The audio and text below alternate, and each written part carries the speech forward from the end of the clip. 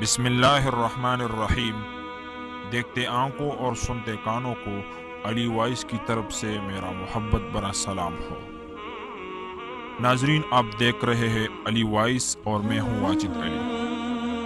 حضرت ابو ہریرہ رضی اللہ تعالیٰ عنہ سے روایت ہے کہ رسول اللہ صلی اللہ علیہ وآلہ وسلم نے ارشاد فرمایا کہ گزشتہ رات جنات میں سے ایک قوی جن آ گیا تھا تاکہ میری نماز میں خلل پیدا کرے۔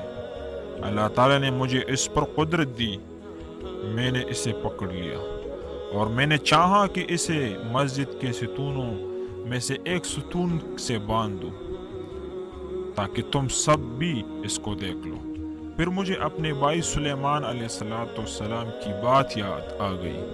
انہوں نے یوں دعا کی تھی، رب ہب لی ملکا لا ينبغی لأحد من بعدی، اے میرے رب مجھے ایسا ملک یعنی بادشاہی عطا فرما جو میرے بعد اور کسی کو نہ دیا جائے، لہٰذا میں نے اسے اس حال میں واپس کر دیا کہ وہ ذلیل و خوار ہو کر رہ گیا۔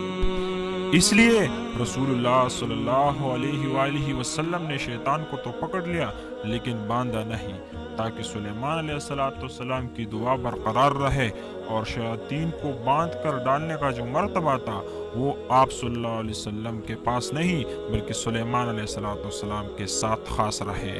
یہ آپس میں رعایت کرنے والی بات ہے، ورنہ ایک دو شیطان کو باندھ کر ڈالنے سے ان کی اجابت میں فرق نہیں آتا۔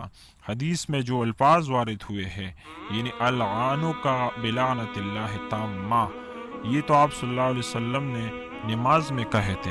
اس کے بارے میں علماء حدیث میں اشکال کرتے ہیں کہ نماز میں بات کرنے سے تو نماز فاسد ہو جاتی ہے، لہٰذا آپ صلی اللہ علیہ وسلم نے ایسے خطاب کیوں فرمایا؟